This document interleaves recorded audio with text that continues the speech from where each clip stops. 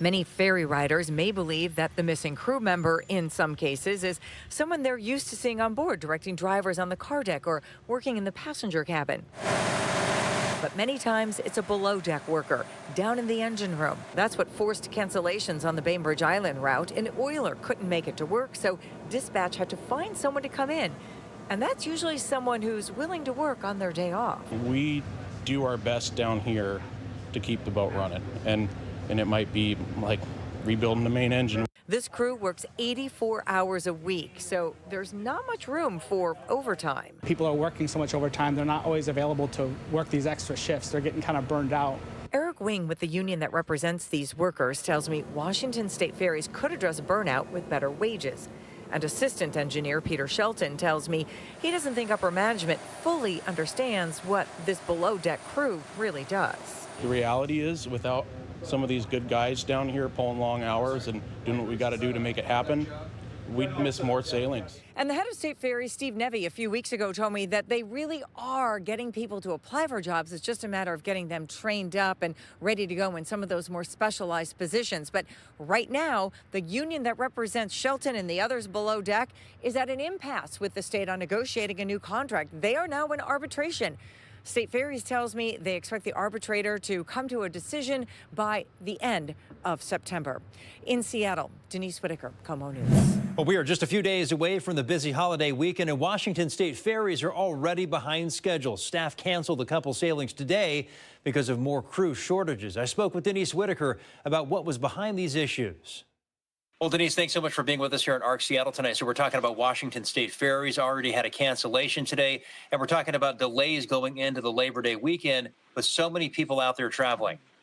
Right. I mean, this weather that we've got, people are going to want to get out and enjoy that holiday weekend and take a ferry to get to wherever they're going. Already this morning, the Seattle Bainbridge route and the Fauntleroy Southworth routes had cancellations first thing this morning because people could not make it to work. So the way Coast Guard regulations work, if you're short just one person on the boat can't leave the dock. And that's what happened this morning.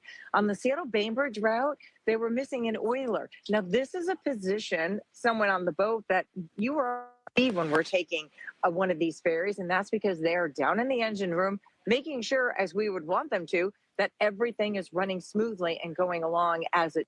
This is an issue that we know has been ongoing for state ferries, but it's really just more coming to light now that the oilers, the engineers, their union know that a lot of times they're the ones who can't make it to their shift, but it's simply because many of them overworked. One guy told me who's been State Ferry system for 18 years now. Last year, he has worked more overtime than any other previous year.